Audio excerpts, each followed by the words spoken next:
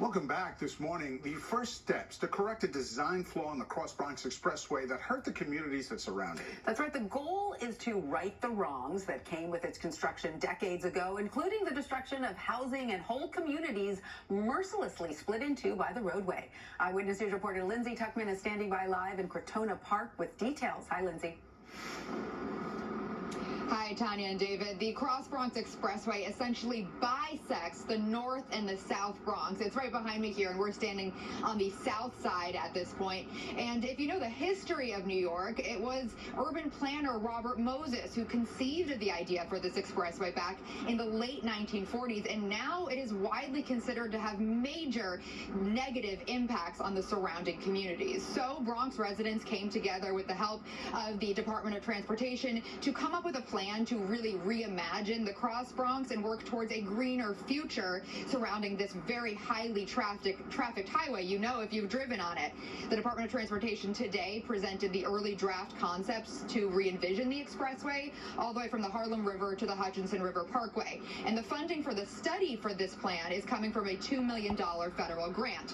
One of the ideas presented is to build a highway cap that would essentially cover over the highway and connect Crotona Park, where I am now, to Walter Gladwin Park, which is on the north side. Officials say this is one of several highway capping proposals, as well as plans for bike networks, street safety, clean truck programs, and more, all with the goal to reconnect those communities and reduce pollution and noise.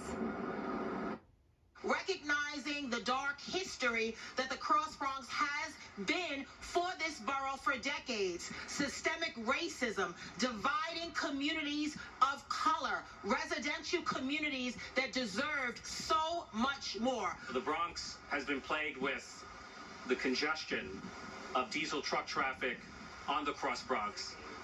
And if you're a child who's living near the Cross Bronx, or if you're attending school nearby, then you are breathing through no fault of your own pollutants that cause you to have respiratory diseases like asthma.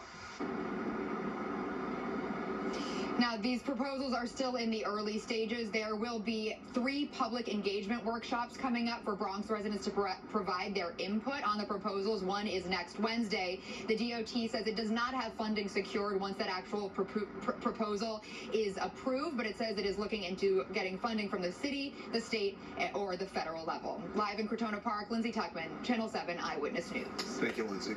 Now, 11